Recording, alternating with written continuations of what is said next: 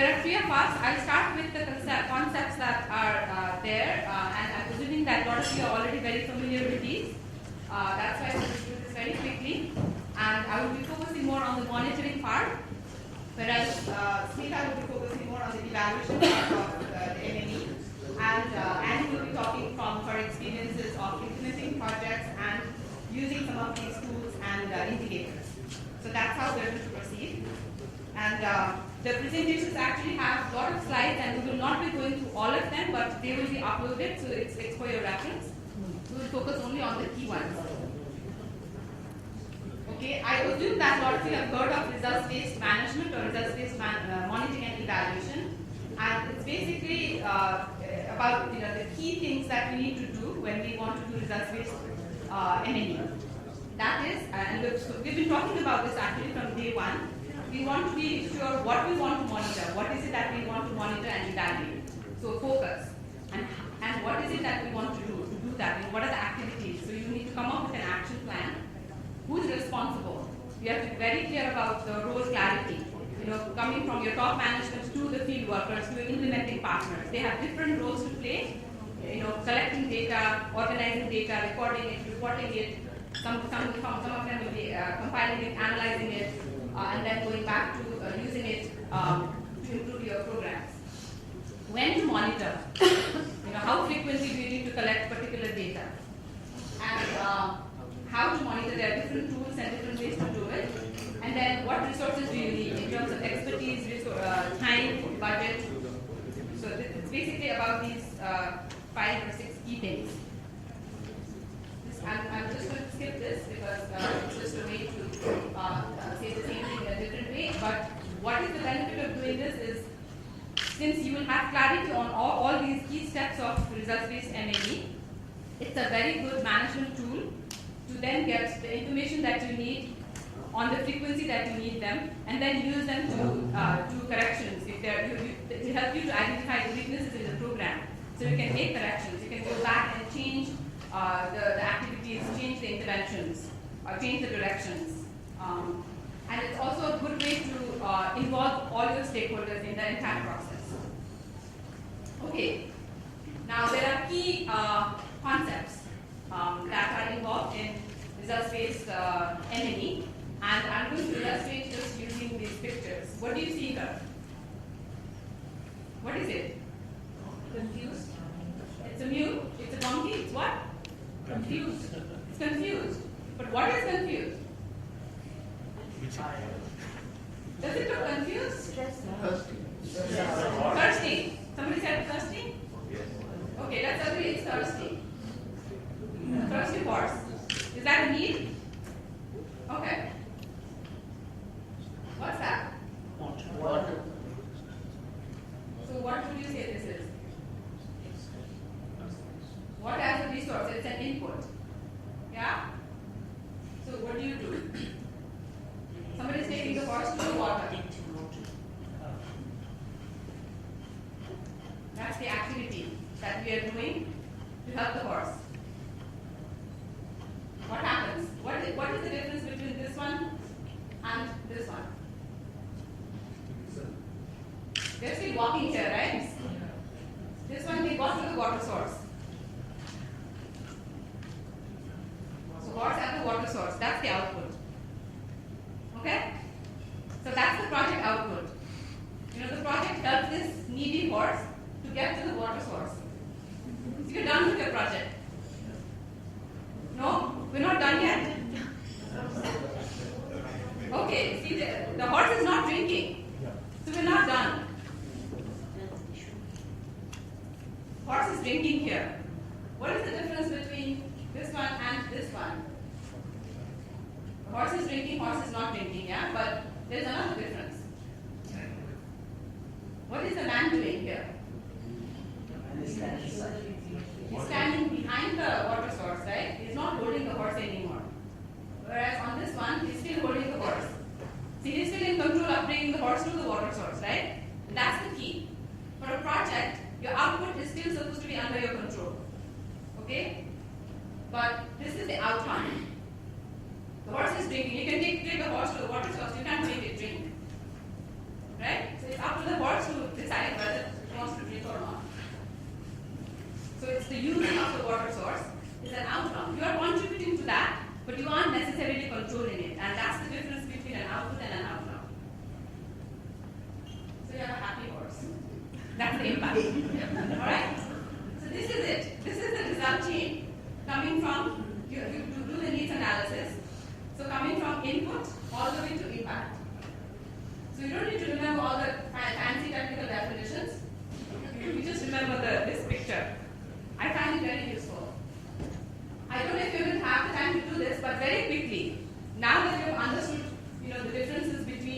5 terms: input, activity, output, outcome, and impact. I just want sort of people to say very quickly. To your project staff, what is it? Input, is it? Okay. A policy on youth-centered employment creation endorsed by the Parliament. Somebody says output. Somebody says impact. Outcome. It's difficult. Right? Maybe an input. Somebody says input. No, it's really not an input. No. Not an input for sure. But it takes a very long time to develop a policy and actually get it endorsed by the Parliament. I think that last phrase sort of tells you that it is beyond your project, isn't it? You can get the draft policy ready and you can submit it to the government. That's all projects do. After that, it's really the government and then taking it all the way to the Parliament to get it approved. So it's beyond your control. So it's either an outcome or an impact. Probably an outcome. What else? Area under forest increased. Impact. Takes a very, very long time. You can do lots of plantations, but takes forever. Individuals supported are lifted out of poverty and have remained so for 2 years.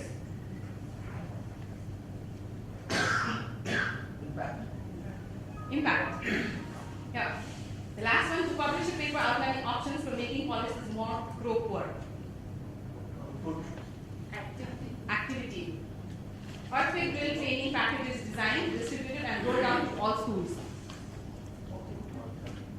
Outcome? Output? Input.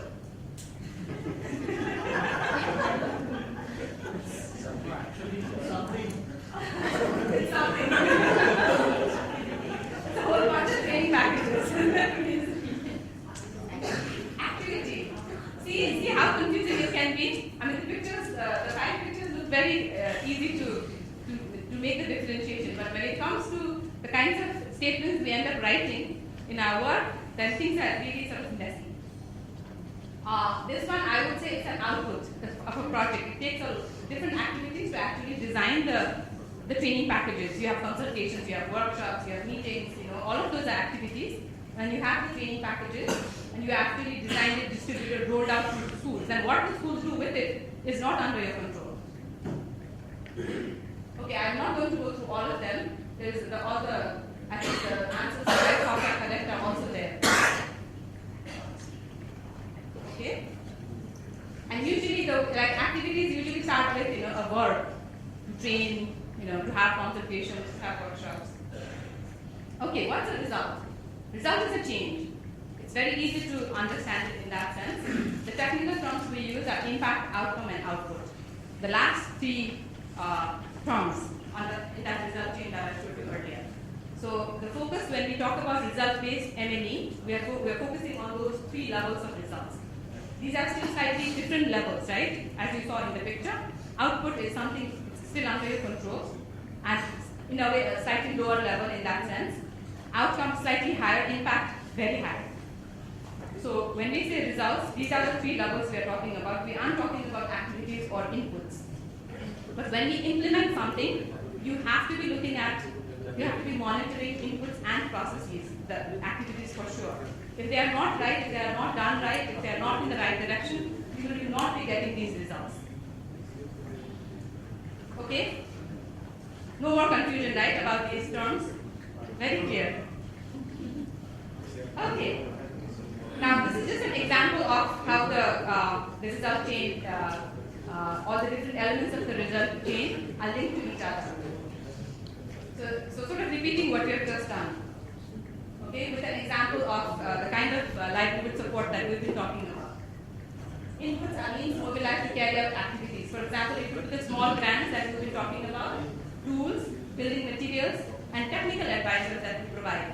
They're all inputs. Okay? Activities are the various steps taken to carry out a project.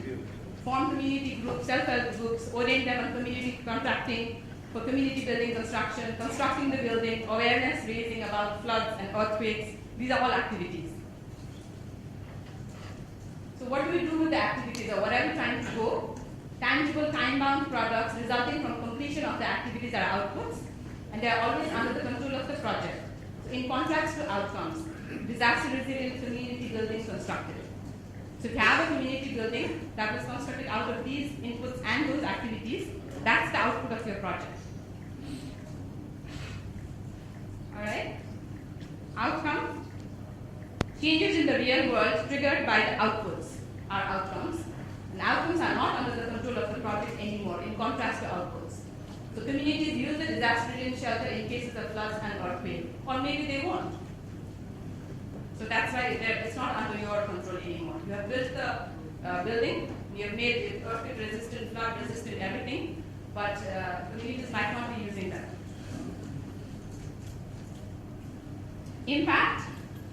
Let's assume that they did use, and so the overall and long-term effect of an intervention, it is the ultimate improvement in the people's lives. So there was a huge earthquake or a flood, and people used this shelter, and there were no deaths in the community.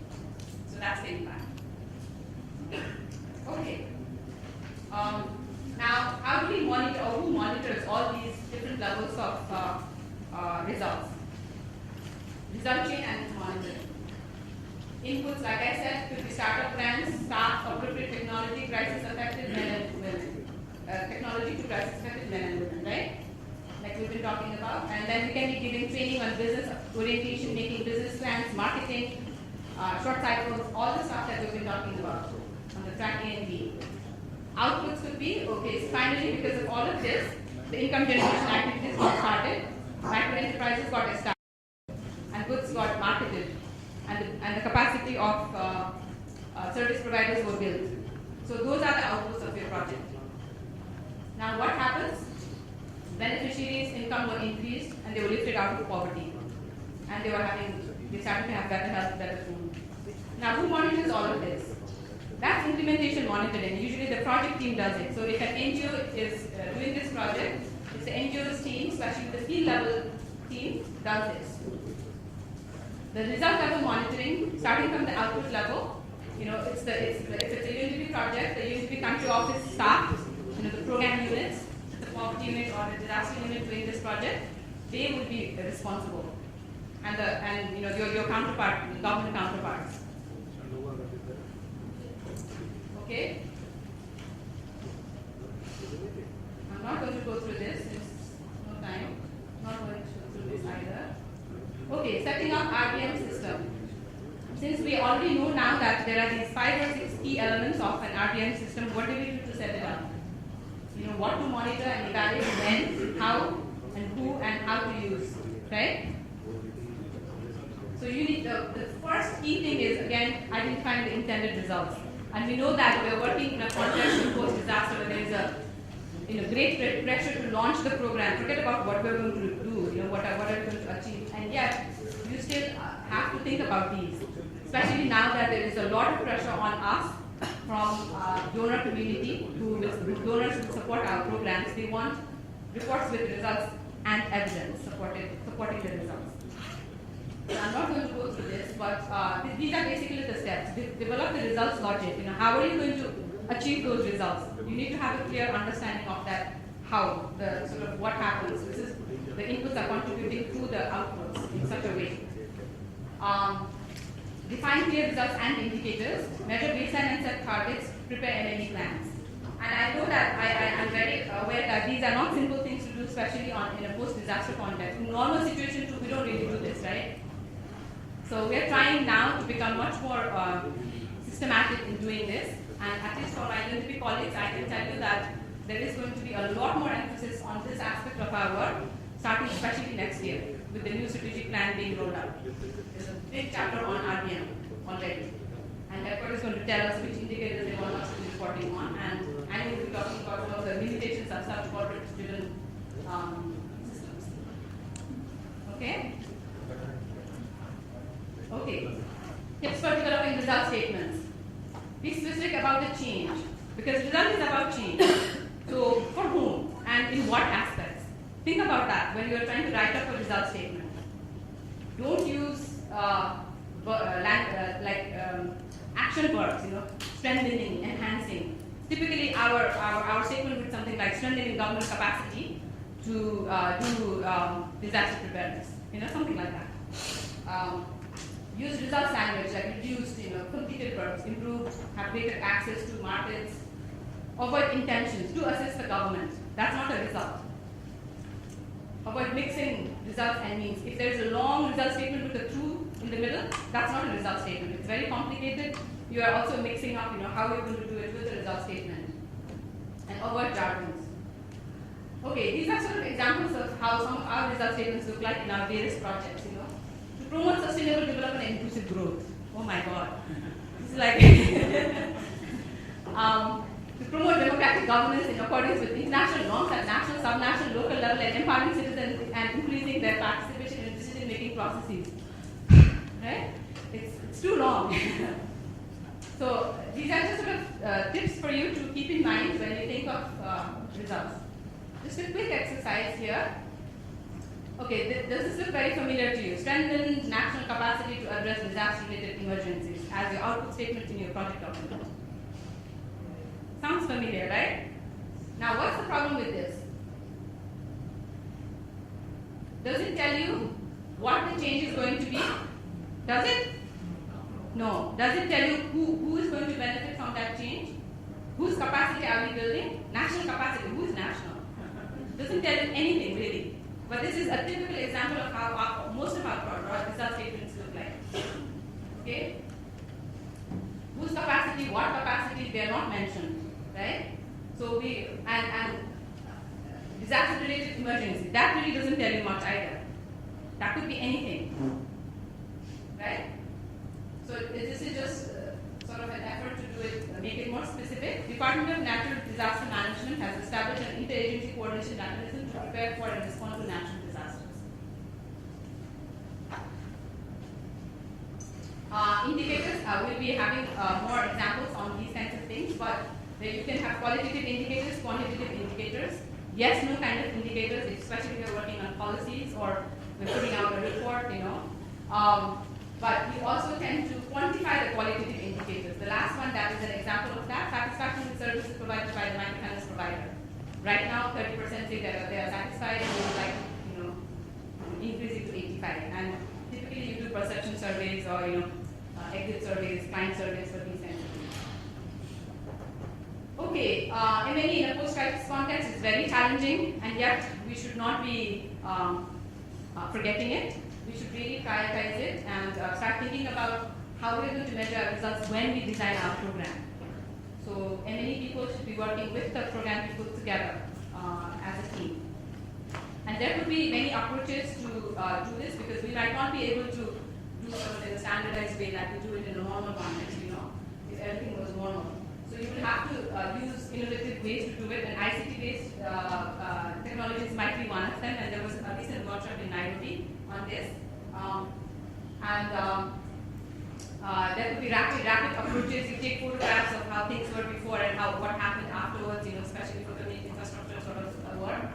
You can do community-based monitoring, and where especially if we have like the kind of project that we visited, all of them are very community-based. So what can the community themselves or the beneficiaries themselves do to monitor? And I'll show you pictures of what we have done in Nepal. This is just a photograph of a signboard that we put together, that we put up for every community infrastructure project that we support, or even the income generation support that we provide to groups. All of those are done in group approaches. And what it says is UNDP LRP project. And the name of the group, the number of households that are benefited, number of people that are benefited out of this particular support. And this is about an IGA, income generation grant support, right? So it tells you who is doing what. It's telling you how many people are doing piggery, how many people are doing livestock, other kinds of livestock, things like that. And it tells you how much money is being given out. And this is put up publicly in that community. So everybody knows how much money is coming and how many people are getting the benefit out of it. Same thing for community infrastructure. What is being built? When is it supposed to be finished? All of that is written here. And for every, when the grant is given out, the community has to actually come together, talk about the progress they have made so far, and have this public kind of a meeting on it. We call it public audit.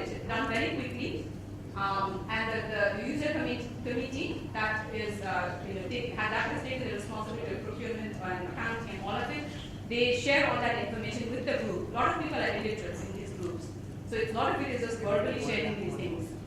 And then so they show the accounting. Then if everybody is happy with it, and then you release the second installment for the meeting. I stop there. There are templates that are just examples of how you can do an M&E plan. And now I would directly like to meet that.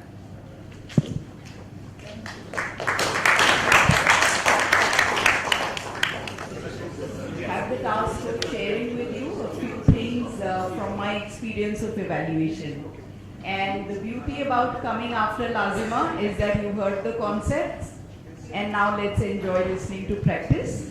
I have suppressed all the names so that you don't have to worry about which organization did what.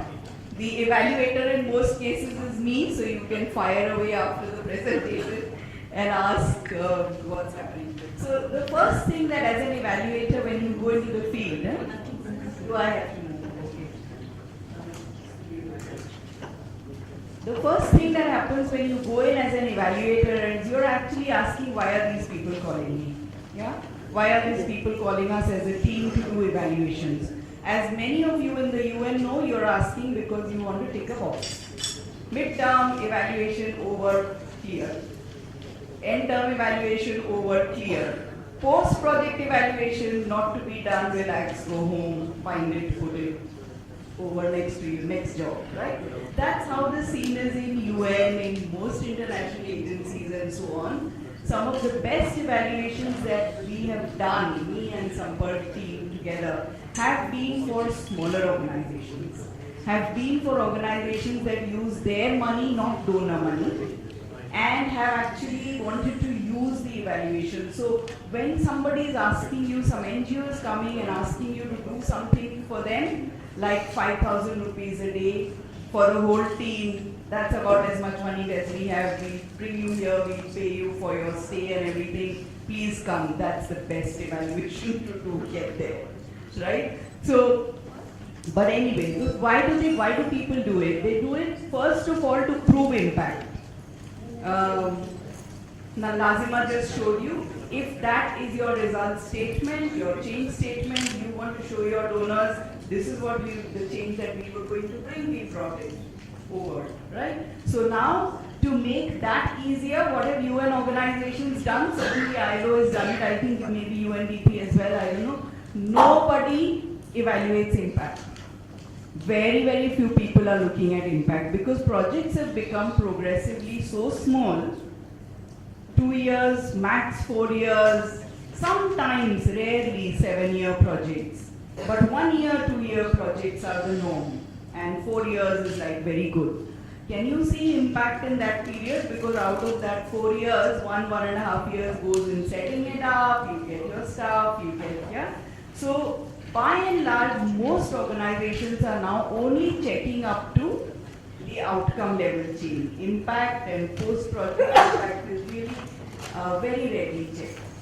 So what do? Then basically the effort then is not to prove impact. Also proving impact is a post thing. The more important thing is to evaluate for improving impact, and that's really the key thing. If you have to evaluate to improve the impact of a project, then you really have to understand the context, and you really have to know exactly what the theory of change is, does it fit or not, what was the basis on which the project was made, and then evaluate accordingly. So that's, yeah. And then if you're really doing evaluation for improving impact, you're also helping people to plan for impact much better. So some of the best evaluations actually happen immediately after a project has started, after 1 year.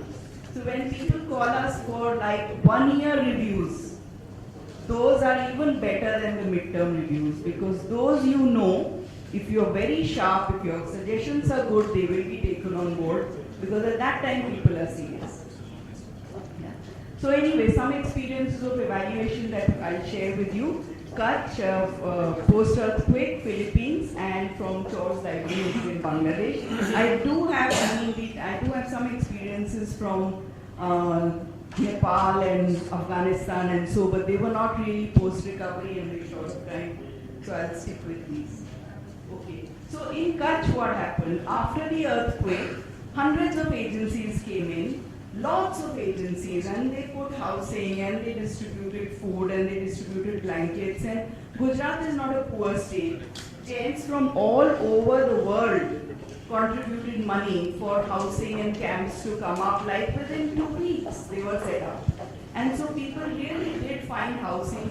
CARE set up a lot of things. So one organization that after about 7-8 months into the project and had set up craft centers and common facility centers for people to start earning money. So they had gone into livelihoods and they had some funds left. So they called us in and they said, can you evaluate the SHGs here? Can you look at the federations?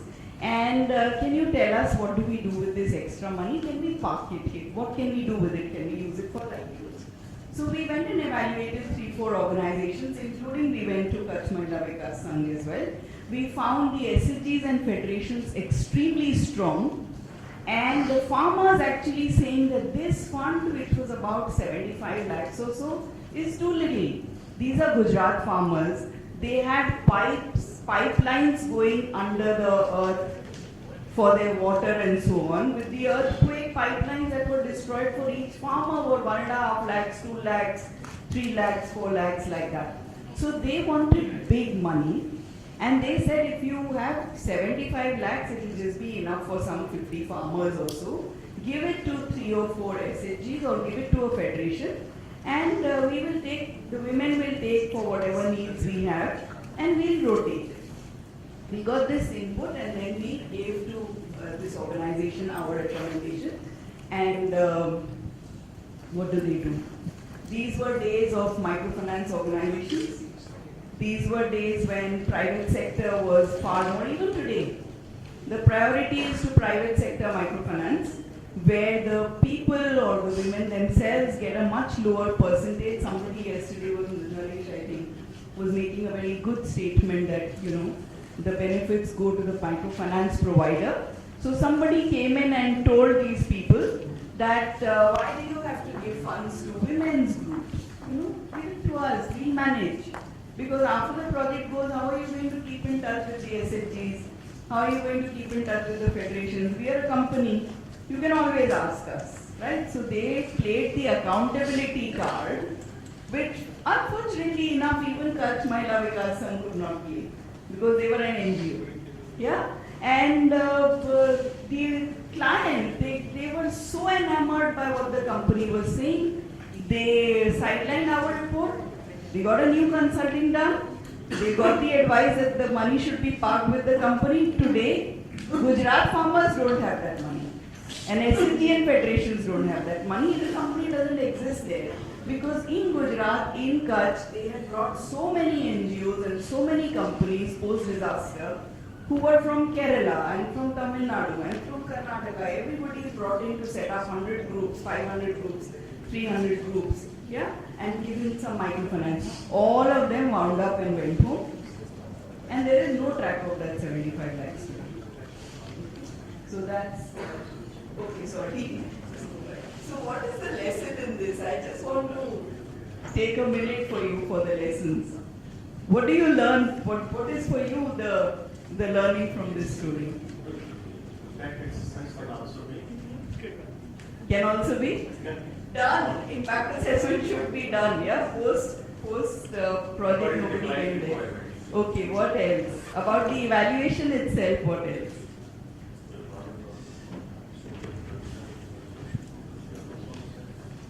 No? What have I done? Okay. So I think, you know, the basic thing is, if you go in as an evaluator, you have to have a very keen sense of what the client wants you to say. And sometimes, and if you don't say that, they can scrap your report. So it's really a process of negotiation. I have yet to see an evaluation which is 100% completely professional. Even if you manage to be 60, 70% professional, 20-30% you have to listen to where they want to go. You have to be sensitive, you have to check it out, and if by and large the direction is okay, you have to say that in your evaluation. You don't do that, you run the risk of, so it's not just about the report being sidelined, it's also about the evaluator credibility going down. Because obviously after us, if they got somebody else and they followed the recommendation of somebody else, then what does it mean we had done? Right? So those are some of the risks that evaluators run. Thank you. Okay, so now Philippines. Yeah, in Philippines was this project which was because of economic problems and poverty and issues in Philippines. A lot of people were migrating abroad, and a lot of youth. I don't know the figures now, but a very large percentage of Philippines, and population as well as the income. A very large percentage is coming from remittances abroad, and it was a donor-assisted program. Their premise was, the theory of change was, when the money is coming from remittances, it's going into houses and other things and social expenditure. Instead of that, let's advise women to, and women are staying back, let's advise them to use the money well, do income generating activities, earn the money so that by the time these men come back, and if there is another disaster, then they are slightly more secure. Theory of change had no problem. What do? They go and advise the women. Now this is women's money, mind you, because their husbands or their brothers or are sending it from abroad. The client put in no money, and it was a UN organization. They said, bring poultry of this and this variety. Some company had told them, or some technical consultant had told them, bring it. The variety got disease. Hundreds of poultry died in the villages. At least 500-600 women were affected. Then they said, food processing group businesses, start sausages. Now women knew how to do agricultural economic activity at the household level. They had no idea how to do a group business. The marketing manager realized after a while that when she's going around and selling in urban areas what is produced in the rural areas, she's getting cash.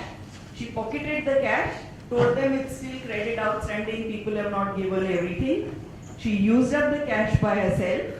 So they sacked her, but they did not recover the money from her because it's a women's solidarity group. They said, oh, she needed for her mother-in-law's treatment and father-in-law's treatment. The business closed. Okay, business closed by the time we went there. And when I asked them, what is it you would have liked to do? What do you think they said? The kind of business that they wanted to do, if they had the choice, what would they have done? Yeah, the answer is there, you can see. What would they have done? They just wanted to do farm yard piggery. And they said, we know how to do the pigs, we would have raised them, we would have sold them on our own. There was a huge workshop organized for this project to showcase the success. And one of the women was called on stage to talk about how successful it was, and she actually just burst out crying. She said, all the money that I had was lost. And all the money that we had was lost. My husband's hard-earned savings were lost. If I had made a house, at least that money would be there. Okay? So, what in terms of evaluation, again the lesson to us, my report was never accepted properly. I don't know what happened to the report because it came back to me to say, please change 1, 2, 3, 4. And I said, no, I'm not going to change it. You can change it yourself because anyway it's a draft report. You can do what you want with it. But this is it for me. And so basically the change in strategy that I was suggesting, it needed elaborating the reasons for the failure. Otherwise, how do you recommend a change in strategy? If that agency had continued advising the women things that they could not do and not consulting them, more disaster would have happened. So I had to recommend a change in strategy, and I had to write in that what had gone wrong. Okay? But that was some years ago. Maybe today I would be more diplomatic, but okay. So that's the third. So now this is a really good and interesting case. This is Chores Livelihoods in Bangladesh. Chores Livelihoods project. It's a very heavily DFID funded project in the beginning, but now it has also OSAID funding. It has UN. It has involved in it. It has Canadians, some Canadian money, and it's I think at least a $75 million project or more. What the project does is that, and it's in its fourth phase, so it's a long-term project. What the project does is that the Jamuna River actually it collects. How many here are Bangladeshis? Okay, so you know that the river collects water, or dislodges mud from one side and deposits on the other side of the river or in the middle of the river. So when you are trying to understand what is Nodi Bhanga in Bangladesh, I could never understand what is Nodi Bhanga. Nodi is river and Bhanga is to break. And once I asked some people, because these are extreme poor people and the whole project is with extreme poor people. And I asked them, I said, just show me what is Nodi Bhanga? Because every time they took me to see a milk project or some project that they had started, or poultry or cows or something. And I couldn't understand what was the disaster that they are recovering from. So they took me to the edge of the river, and I was standing there and I could see mud, slowly, you can see cracks there, and you can see where you are standing, it will crack and go in a few days. So we were standing there, and this lady points to the middle of the river, somewhere there, and she says, Didi, can you see that? And I said, yeah. Ekhane amar ghar chilo. My house was there. I still remember my hair going up and my eyes just completely, I cannot forget the kind of dislodging and the kind of displacement experiences these people have had. Some of them on the Chor Islands, these islands which are formed by the river in the middle of the river, some of them have moved 15 times in their lives. Every time the flood comes, they have to pick up the bamboo, they have to pick up the thatched roof, they have to pick up the little cot and the trunk, that's all they have mostly, and they have to move. And wherever they move, they have to ask somebody for permission, whether they can come and establish on that land or not. So they have to pay a price, and if their women are at home and the landlord wants, then the woman is exploited. So the kind of situations that they face are so difficult, and in all this, the Chores Livelihoods program has decided that they will go only to the riverine islands, which are right in the middle of the river. You don't have a road connecting, so that they are extreme poor. Only people who will go on a boat ride 45 minutes to live on a river, which has no school, no health, no nothing. So they are really extreme poor and very highly vulnerable populations.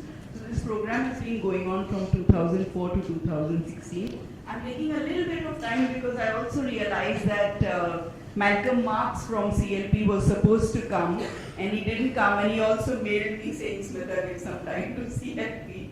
And plus it's a good experience. So you see, when the floods come, then that's how high the water goes. So what they do is that if they have one bed or two beds, they keep putting bricks under the bed to raise the bed inside the hut.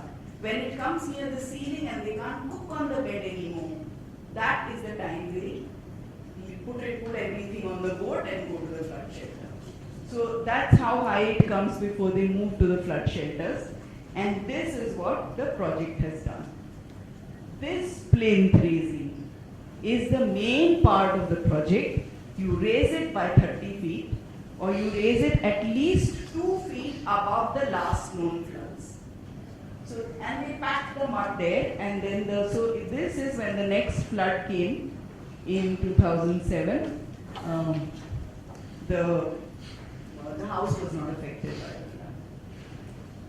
So apart from plinth raising, some of the chores livelihoods interventions are cattle purchase, and they give a stipend to the poor because these people are really hungry. I don't want to tell you the hunger stories, they are really very, very sad.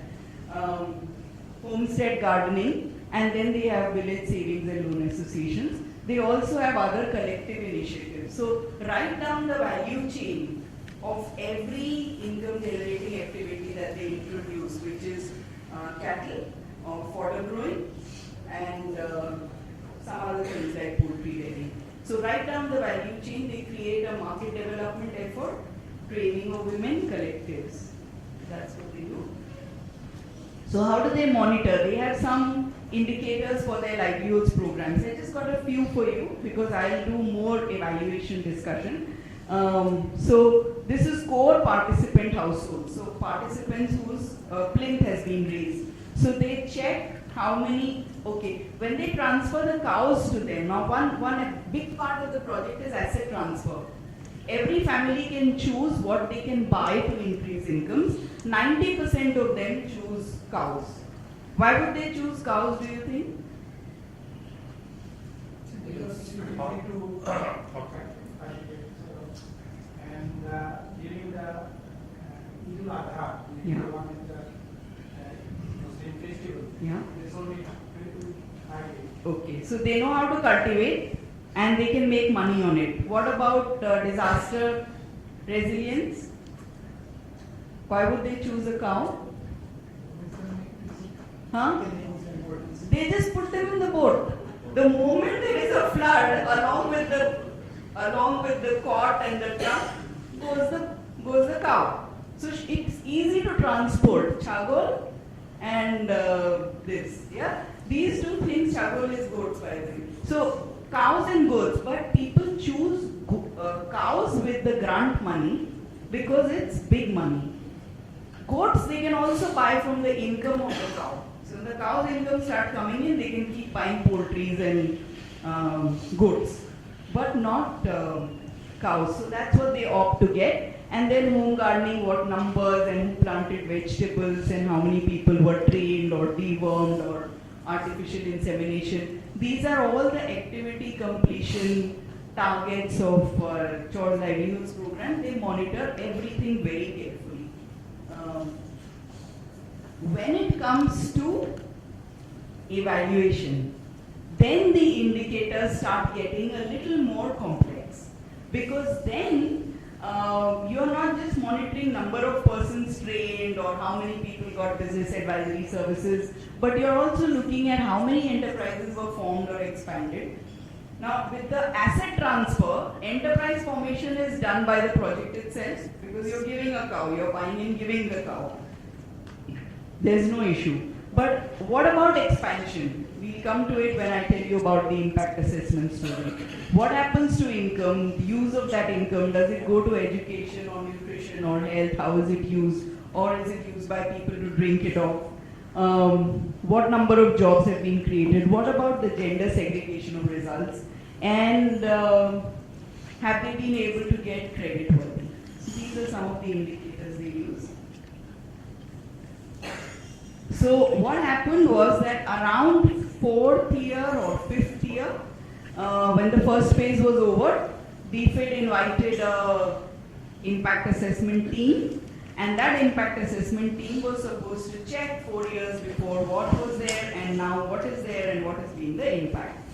And the first major question that came up, you were supposed to reach extreme poor. Did you reach the extreme poor? What do you think could have been the issue here?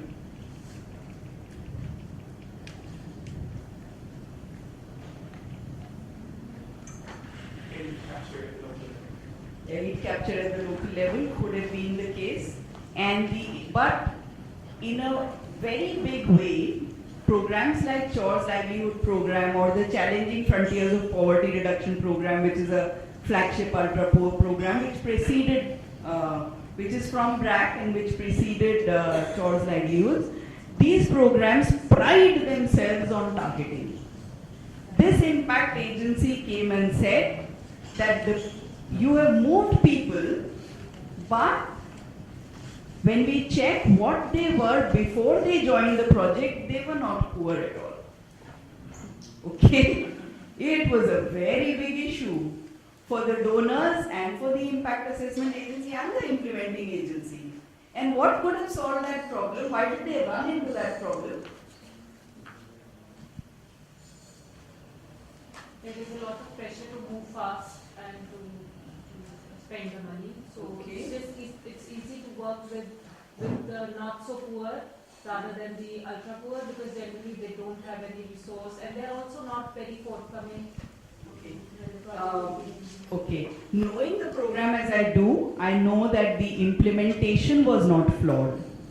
They really did get to the extreme poor people. If there was an error, it was an error of exclusion. It was not an error of inclusion. Some poor people got left out because one of the criteria is you can't have a cattle. If you have a cattle, even a shared cattle, what is called borga, yeah, a shared cattle, right? Two people are trying to raise a cow together. This only happens in Bangladesh. In India, we just don't have this kind of poverty. You don't see the concept of borga. Even if there was borga, the person was disqualified. Okay. So but the question that I'm asking is, why did the problem come up in the evaluation? It came up because George Livelihoods program had never done a proper baseline. If they had done a proper baseline about what level that people have joined, yeah, or if there was trust about it, that the impact agency says, this is your questionnaire, this is the basis on which you selected, all the questionnaires were there, all the forms for including the beneficiaries were there. The issue was about this poverty line and that poverty line. Yeah? So there were lots of issues like that, technical issues on which they quarreled. And this, so before and after studies, those who got the CLP program, those who didn't get the CLP program, these kind of technical issues in the evaluation completely messed up the relationships and completely messed up the acceptance of that evaluation. Okay. So the lesson, of course, clearly set up a baseline, otherwise totally unresolvable problems come up later. Okay. Then was the question of, so another thing that the impact assessment study did, said, okay, let's have a look at the cattle-derived livelihoods. So what did they check? They said, what were the calving rates of the cows that you bought? How many of them did give calves and how many calves grew up and were sold and so on? What was the calf mortality? What was the number of liters per cow per day?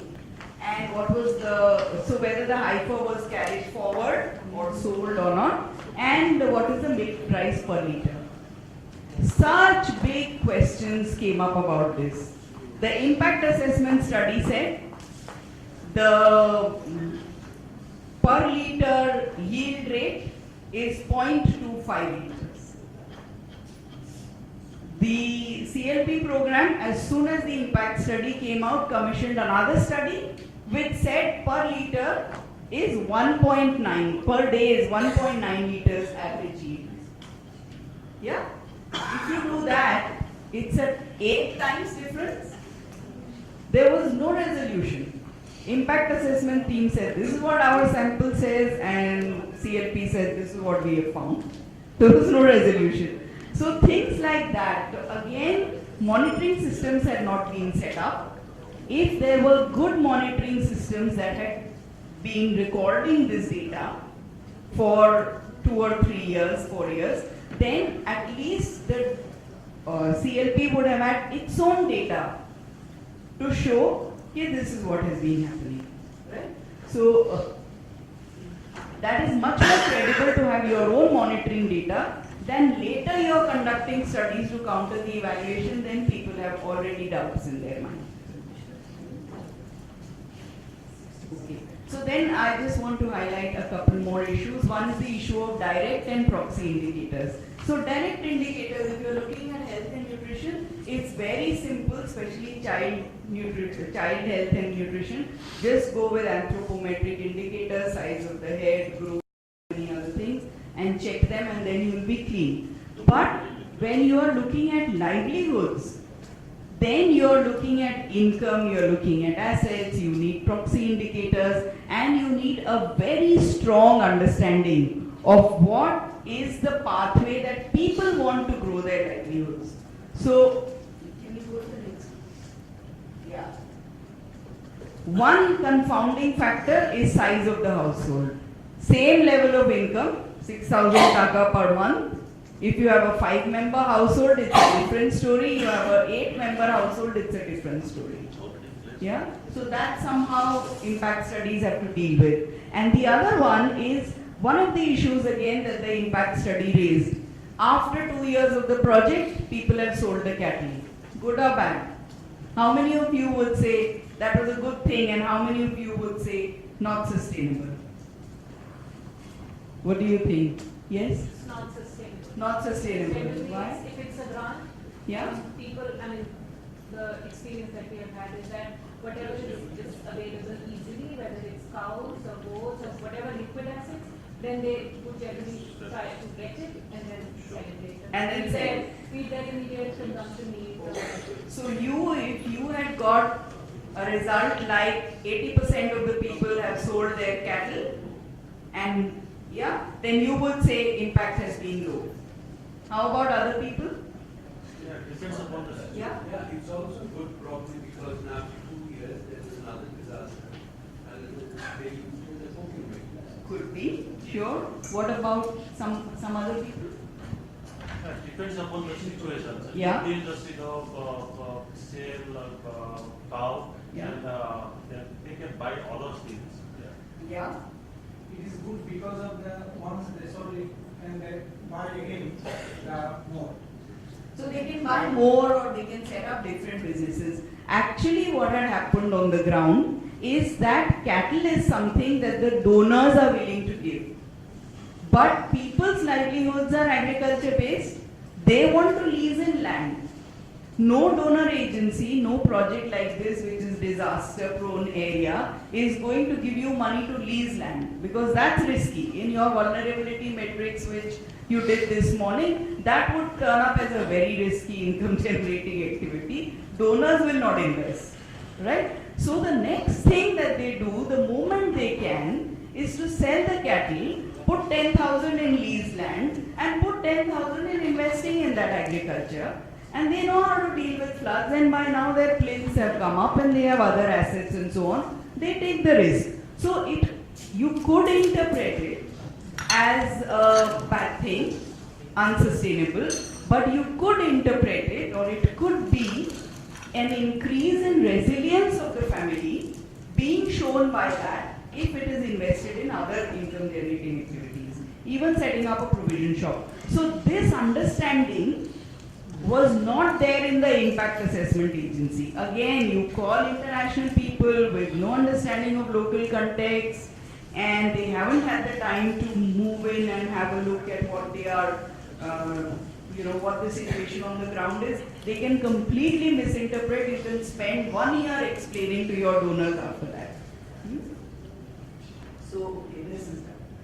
Shouldn't shouldn't the asset base, the Yeah. total asset base of the household or family be the indicator rather than one particular asset, Absolutely. Yes. Absolutely. So the indicator should be the diversified asset base and the diversification in terms of their income generating activities. If their whole portfolio has improved, then that should be counted as resilience rather than just looking at what happened to the cattle that we provided. But it's funny, many donor agencies actually look at the asset that they provided you because they spend 10,000 rupees on that which they gave you as a gift. So they are interested in tracking the cattle. They forget about the larger goal.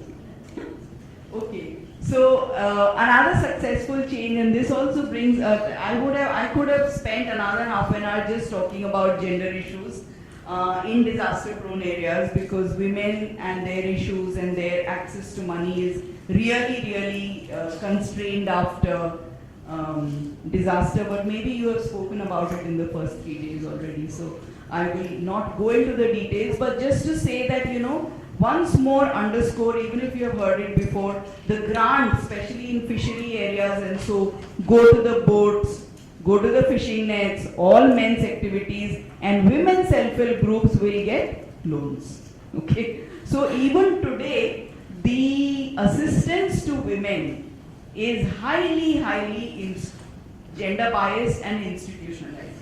That gender bias is completely institutionalized.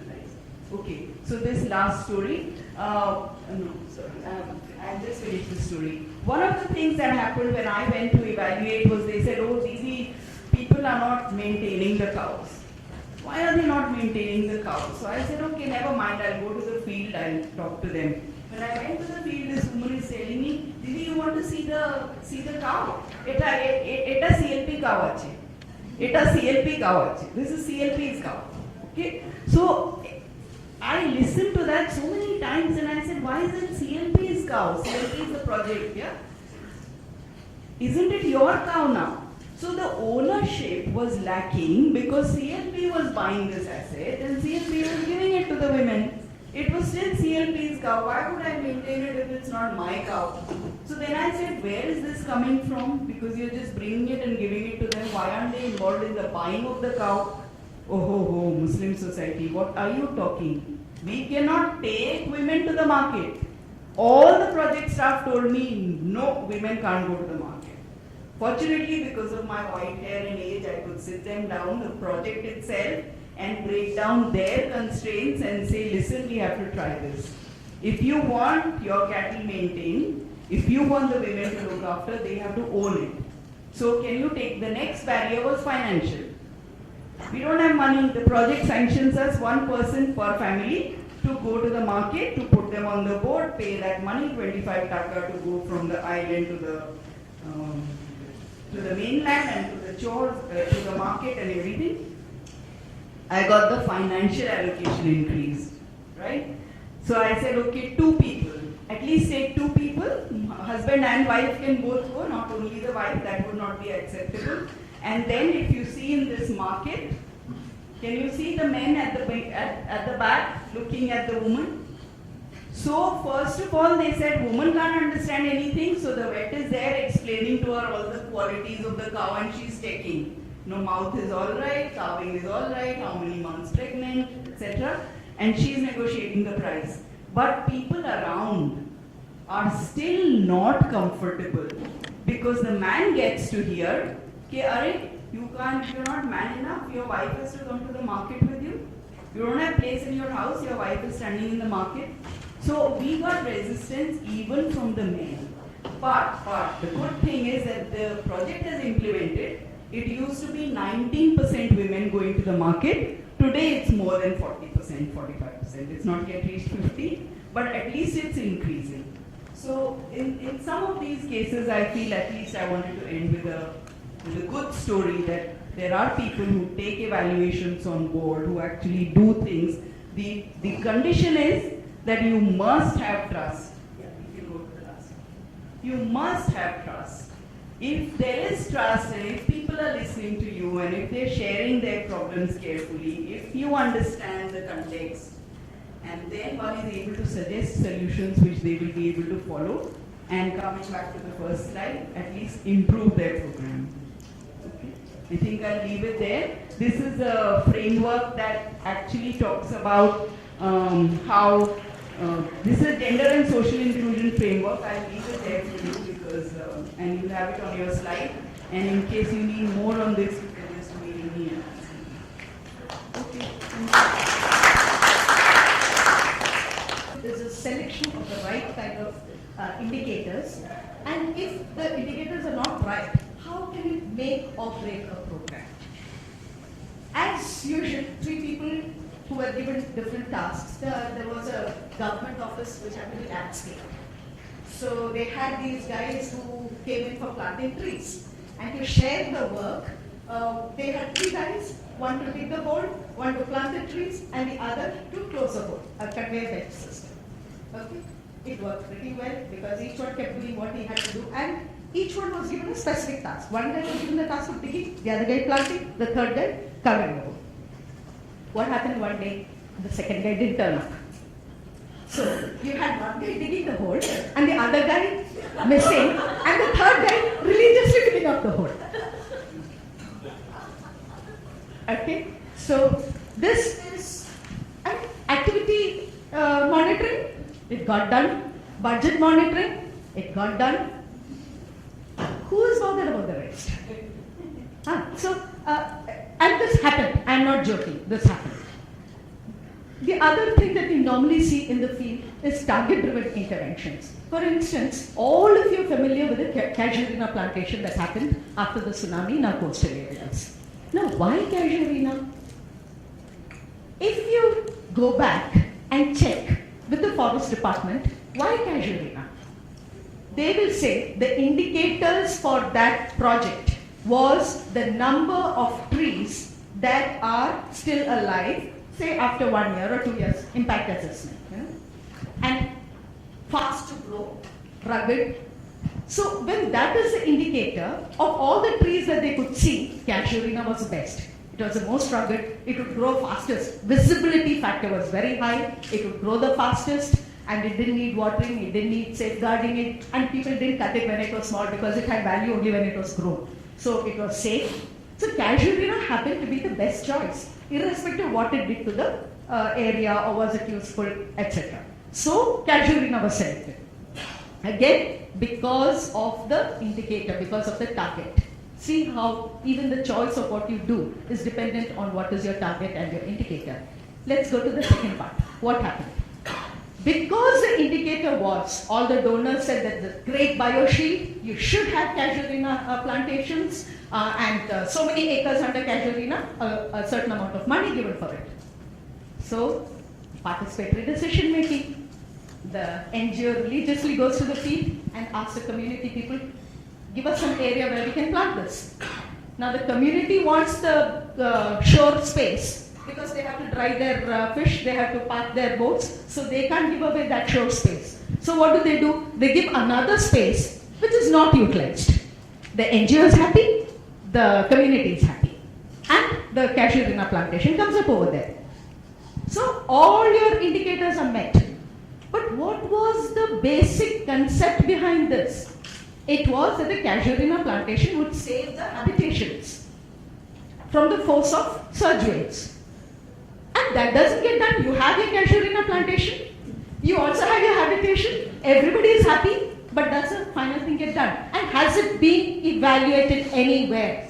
Does any of your tsunami project reports tell you that the casuarina plantations that have come up do not really fulfill what they were meant to be doing? Not one. Because we are only talking about, well, it got done. That's it. Number of votes given. Again, everybody. Did we talk about income per vote? Did we talk about the capitalization of that vote that is required? We did. We just spoke about number of votes. Now, all these are also, donor given agenda. For instance, you were talking about impact assessments and all that. There are some areas where they really carry too far. I remember the 2005 floods where I asked a donor for funds for 2 days of food. Just 2 days of food. And I had to fill in a 10-page questionnaire which also spoke about who was your base beneficiaries. Do you have baseline information about your beneficiaries? These are people who came to the relief camp. I don't even know them. And then, okay, even that is possible because you know which village they are coming from. So you have a very good idea about the type of people who came in, their basic quality. The worst was when I had to fill in one column that said impact assessment for giving 2 days of food. Have a heart. What do you want me to do? Okay, so there are, when we follow certain norms, there are, like you say in Hindi, had hoti hai. To what levels you can carry. So we need to be slightly more realistic about what are our, what do we expect from these kind of things? Why exactly monitoring and evaluation? What do we expect from that monitoring? Like what she was saying, are you doing it for the sake of saying that you've done a monitoring or you've done an assessment? Or are you actually doing it because it means something to you? So the entire thing of MND itself needs to be looked at again. Then conflicting targets. Again, the silo system that we work in. So the forest department has got one target, The fisheries department has got another target, the NGOs have got another target. So then wherever the green belts have come up near the habitations, it's conflicting with the land use pattern for the fishing community. So now where do they put their boats? Where do they do their nets? So there's a conflict. So how has it affected the livelihoods? And whose target has been met? At what level? Activity level, input level. So finally at the end of the day, who assesses all this together? Holistic. Probably that is the question that we need to be asking again, which comes back to my question from day before yesterday. Who is the owner? Because all these are interrelated. And generally we have inputs and activity-based targets. So you have number of women trained, number of votes given, and rarely outcome-based. But that is difficult, I understand, and I would have been the first to complain. My role as an NGO is to complain. Whatever you tell me, I'll complain. So, so if you had asked me to do the other one, I'd complain about that also. I mean, irrespective of that, we need to have some more realistic indicators. Then developing a reporting system. They've spoken about indicators, who should do it, when it should be done, etc. Now, the people we are giving it to makes a lot of difference. Because I may be giving it to, as an NGO coordination center, we had different types of people we were feeding information to. So at the NGO level, what is the kind of information? At the student level, at the government level, at the larger community level, it cannot be one size fits all. So there are certain things about identifying the target communities. I'm not going into that because it's self-explanatory and I'm sure most of you would have it. So it just goes up on the web. You can read it if you're interested. But what it means to me as a person who's actually implementing this is that it requires money. Okay, M&E is not a system that you can base it on, we are anyway getting paid for our other work, so that person can do them. There are other hidden costs in this. There are lots of, say, field trips and special tools and things like that that one requires to use in this. So it takes money, so please be very realistic when you are working out your M&E framework. Not just for collection of data. Collection of data is also equally expensive, but dissemination of data is also expensive. So please be very sure how we are going to be disseminating this and the periodicity. It's just not how we are going to do it. The periodicity of doing it, all these things cost money, so your monitoring framework should take into account the M&E system in order to, you may require software, like she was talking about how the ICT based M&E. So software for that, and you were talking about the private software versus free and open source software. So all these things are areas where it require a little bit of thinking and a little bit of policy planning is required. Strategizing and policy planning, etc. is required. So M&E is not an afterthought. It has to be part of your entire planning process. Now, if I'm just, this is just illustration. Cash for work, we start with cash for work. So probably our indicator can be number of days of employment. Now this is very difficult to get because it's a panchayat that does it.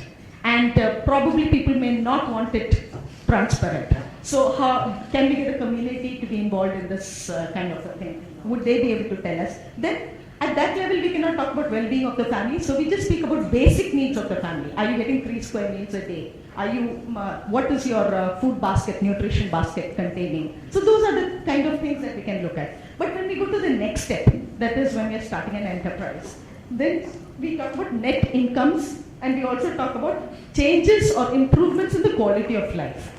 Have children started going to school? What is your health-seeking behavior? Have the women also started going for health-seeking behavior? Then you go to the next step, that is sustainable livelihoods. There you can talk about the well-being, not just the quality of life. Now, unfortunately, when I talk about this, one of the systems that got destroyed was the self-help group systems, which when it started off, and just because of the indicators, this is one favorite example of mine, because when it started off as a social empowerment tool, getting the women together, making them more the same. So the indicators were totally different and contextually specific because it was started by an entity, I wouldn't say an NGO, but an entity in a local, smaller area. So the indicators were also contextual. It would be fight against alcoholism over there, or things like that. But when it started getting successful, and when it started becoming scaled up, replicated, things like that, you could not go with locally contextual indicators. You had to have standardized kind of indicators. And when you started taking it up to those scales, and when large funding started coming in, the entire color of SDGs itself started changing. Today, what is an indicator of a successful thrift and credit thing? The number of times it's circled. And another thing is the reason for which the loans have been taken. If more than 75% of the loans have been taken for productive purposes, only then is your SSG considered successful. And productive purposes means starting of SMEs. Now, how many of us, educated people, have the guts to start a micro enterprise? We happily go for the safe salary thing. Even there we talk about contract employees and long-term employees. Okay, and then we are going into the field and telling those poor women who do not have enough education to take on the burden and the risk of investment. Why? Because a target which somebody sitting somewhere has set up is talking about productive loans. And that has destroyed the entire thing. Now we are just following that and pushing productive loans. So this is a system which has been destroyed just because of the type of indicators that were setting over there and us not knowing where it was heading to. What were we really planning for? Well, keeping that aside, I found this wonderful book. We've been talking about a disaster resilient community the last 5 days. I found this wonderful document by John Twiggs. I'm sure most of you have heard of him. And he has set up indicators based on Hyogo framework. 5, 2, 4, 5. Based on Hyogo framework. So it makes sense for all of us, irrespective of which place from. So again, this is available on the web, and I have just given some brief examples. But what I really love about this John Twiggs is he's not stopped with just characteristics of the community. He has also put in indicators for the enabling environment, which means not only these people, but you better see to it that the enabling environment is also built up and indicators for that. So when you have the time, please search the web for characteristics of a disaster resilient community and you'll get a lot of details on this. So if you look at the 5 areas and you take governance. He says the components, and for each of these components, what are the characteristics that one should be looking at? And you see whether that is in place or not, like political consensus, DRR, a policy priority at all levels of the government. Now these are very specific indicators that will tell you whether these generalized statements, like what you said, they are too general and all that, whether these generalized statements have actually been converted into action or not. There are these specific indicators that will tell you about it. So for each of this, governance, risk assessment, does a community have it?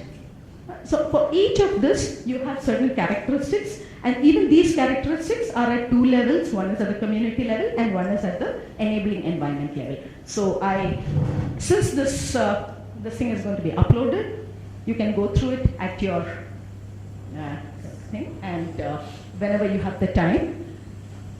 Just that, please be very careful what your indicators are, because that can make or break your program. So with that, I take your leave. Thank you. In my case, actually I'm a legal director. I'm a legal director for a local government,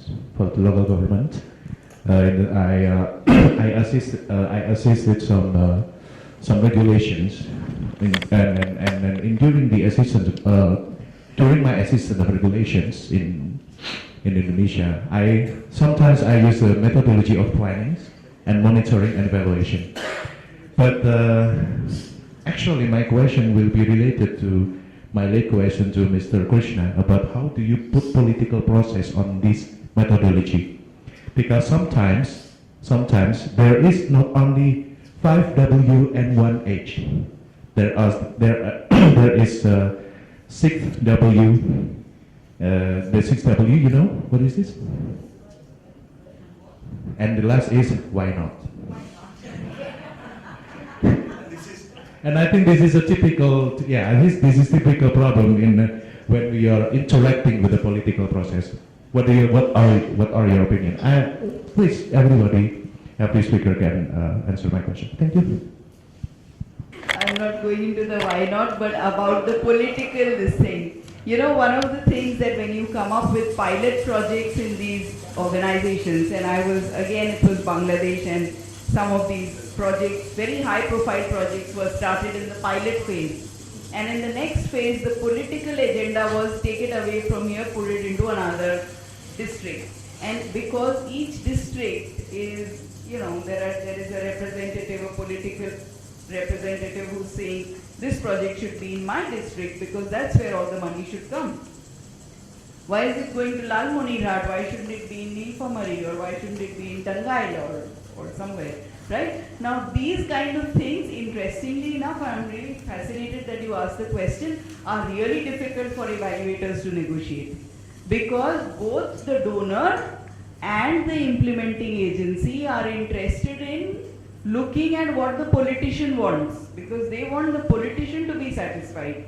I have had situations where I've had to negotiate with both of them to say, professionally, it doesn't make sense for you to move from Lalmonirhat if that has more poverty to Tangail. You haven't finished your work there. How can you move here?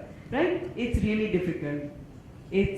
Sometimes you really have to negotiate. So once, for instance, I had to do one thing. They wanted to start in 4 new districts, and I managed to bargain that at least in 2, they will continue to work till the whole work is finished and start in 2 new areas.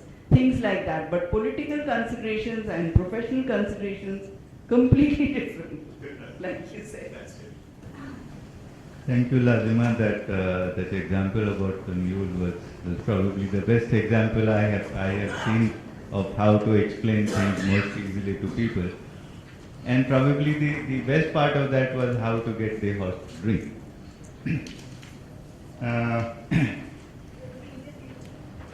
And he has brought out the implications of how programs which may be based on real needs would still turn out to be donor driven, and that is an important thing which we must take care of. There's only one remark I'd like to make about Smitaji's comment that trust people. What we have been trying to do, and what I would like to request others also, is let's respect people. You can't work with somebody with whom you don't respect. And another thing which we have tried to do after many failures is to try to work with the people, not for the people. Thank you. But what I learned in my last 7 years of this, if we really want to work with the poor, they don't need sympathy or they don't need anything. Just love them. If you can't do anything more, they don't need otherwise anything. And most of us actually have no right to go to the local areas and tinker with the local development issues, dynamics and all. This is what I have heard, and in fact many of the people who have tried to promote this thinking, there are some internationals also who have been asked to leave the country in 24 hours. It's a very sensitive thing to talk about, but what I have learned is basically love them if you can't give them anything, and they like it because they don't need sympathy. I think, well, in the context of post-disaster, a lot of projects and a lot of interventions don't start with good baseline data. We usually don't have baseline data. How would you do, and how would you be able to have a clear, so to say, measure of impact and all these things? You don't have baseline data because given the context of post-disaster. Generally, we depend upon secondary sources of information validated by our discussions with the community. We do a quick discussion with the community, do an occupational profiling, do a mapping of how many houses, where were they, what houses were there. And you do it after the project? Or No. Immediately after disaster, when you go in, you do this kind of a consultation with the community, and you have quick and dirty methods to get information across the place. So that is how we do it. But now what we are trying to do is identify all the vulnerable areas and use the women's groups over there to already develop this information and keep with it. Because at their levels, most women are members of this group, so they'll be able to do it much faster. So that is as a pre-disaster kind of an exercise. The other is quick and dirty with the community, PRA methods. The other thing, of course, is to do before, after, in ways in which, and with and without, people who got the project support and people who didn't get the project support. So that's a kind of rough control group method. For all these things, if you don't have a baseline, the trust levels are very important. What the community is saying, the implementing agency is saying, is what the donor and the impact assessment people should believe. If that trust exists, then there's normally no problem. But without that, there are problems. I had a quick question about indicators. On quite a few big projects related to disaster risk reduction or climate change adaptation, maybe at the start of the project it's not clear what the exact intervention will be. It's maybe just to reduce risk or to increase climate resilience, but we don't know whether that's going to be through livelihood diversification or ecosystem-based management. That has to be decided during the early part of the project. So I wondered if you had any advice or any examples of a good way to define indicators in that kind of context. Unfortunately, those days we didn't know the terminology of climate change adaptation. We put it down to just trying to find whether there has been improvements in the soil. So the first round immediately after tsunami, do a soil test analysis across the areas, find out the level of the various things. Then again, after the denture seeds, the green manuring, all those kind of activities that have been done, in 2 seasons, one during summer, one during monsoon, keep it going, so that over a period of time we know whether this is increasing or decreasing. So these are the kind of measures that we put in place during that time when we were talking about reclaiming of affected land. So we did put it down as climate change adaptations, but in the course of our activities, these were the kind of things that we did. Yeah, here are my 2 questions. First is a setting. If we have a good trust between the implementers and the donors, we can have thousands of ways to address the so-called baseline. From my experience, the post-tsunami recovery program, we negotiated with our donors. Look, there are a list of indicators, and you see the baselines are TBD, meaning to be determined, to be confirmed. Give us 3 months, we will undertake a baseline survey, and then we will present before you, and then we go all together until we decide the final set of whatever the outputs and so on. So if the trust and communication is there, I believe there are ways to do that. Meaning, if the donors are the types of the so-called developmentalists, I think they are quite open to that. That leads me to the second question on impact assessment or midterm evaluation or final evaluation. I have met a lot of consultants who we have hired to come to do midterm review or final evaluation. Some of them we quite like and we maintain the relationship, but others we say maybe this is enough of our cooperation, to be honest. Simply because there are 2 considerations. If I tend to go for a developmentalist evaluators rather than evaluation specialists, because doing development is not an easy thing. There are a number of factors that we have to manage, and we would really like to see, I would really like to see an evaluator to tell us what's happening, what is in the process, and then they do appreciate that. So to be really fair, so we have some inspiration from the findings and so on. But if they just simply say, this is wrong, that are wrong, this is out of context and so on, then I'll say, thank you, and that is the end of our conversation. Right? So I think you mentioned about negotiation is certainly there, but normally, if something that we've done wrong or our assumptions are wrong, we are normally quite open to that. But when they are coming in, being like scissors, just cut here and there, and just making a very strong statement, that is the time when we are also defending the ways and approaches that we have taken, simply because we want that outcomes to be achieved in the first place. So that's a quick comment to fight against being very specific. There is one important thing which I thought I should share, especially in the context of terminal evaluations or the final evaluation. Working under a project and working in an organizational mode are two different things. Organization has no starting date and no ending date. Project has.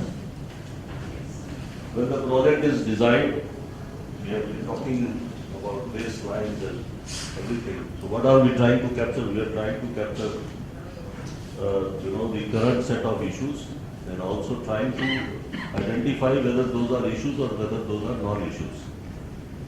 In my experience, whenever we have tried to formulate projects and try to engage ourselves with stakeholders and others, there has been a tendency that once you start getting into the block framework kind of mode and start probing a little bit, you find that people start telling you already the answers, the solutions.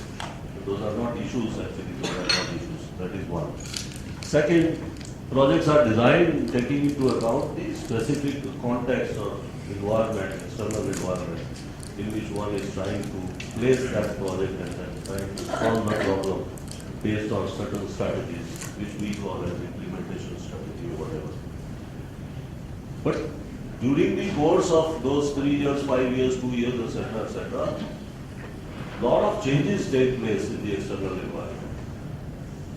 And it is this change in the environment, the project implementers or those who are responsible for program assurance, project assurance, if they are smart enough, they take into account those externalities, uncontrollable, and try to sort of take benefit out of those opportunities available, establish linkages, whatever. But the evaluators who come at the end of the day, they actually miss that point, that there has been change in the external environment. It is another matter that somebody was not actually vigilant enough or smart enough and would take benefits out of those opportunities. But then it is not a failure of the project. It is also possible that the donors or whoever simply wanted that we don't expand the scope of the project and we remain within that and simply address the issue which is at hand or which was identified at that time. So it is a dilemma. Many times it has happened, some more investment has come in and scopes have been expanded, but most of the time it could not be possible. And there you see, it is very, very unfair at the end of the day. But terminal evaluators who come and try to sort of say that this is an issue or give some very negative kind of observations on someone. And in many cases it has happened. So this is very, very important for everyone. Maybe at the time of briefing or whatever, something needs to be informed to them that yes, there has been change in the government. There have been change in the political priorities. This is no more a priority, but we will want to bring this to a logical conclusion. And that's what the constraint has been. Just after listening to the last two comments, I was thinking back to, I think it was Smith you said at the start of the presentation that results-based monitoring has different purposes. Maybe one is for approving, one is for improving, whatever. Based on the different projects I've been involved in, it's almost always for proving whether the project has achieved its results, and very rarely for improving. And I just had an observation that came to mind just now. If you think about the standard 3 or 4 year project, if it's a financial audit or a management audit to see whether the management procedures are in place, normally in all the projects I've been involved in, it's a process that happens every year, with the intention of, if there's anything missing in terms of the financial documentation or the project documentation, you correct it for the following year. But virtually every results-based monitoring I've been involved in happens in the 3rd or 4th year of the project. And it's some external person who's never been involved in the project before that point, comes in for 2 days and is expected to understand the whole project context. So I'm just kind of wondering now, really should results-based monitoring be more of an ongoing process like the financial and management audits? Because often it comes too late for improving. All it's really doing is kind of seeing whether the results have been met.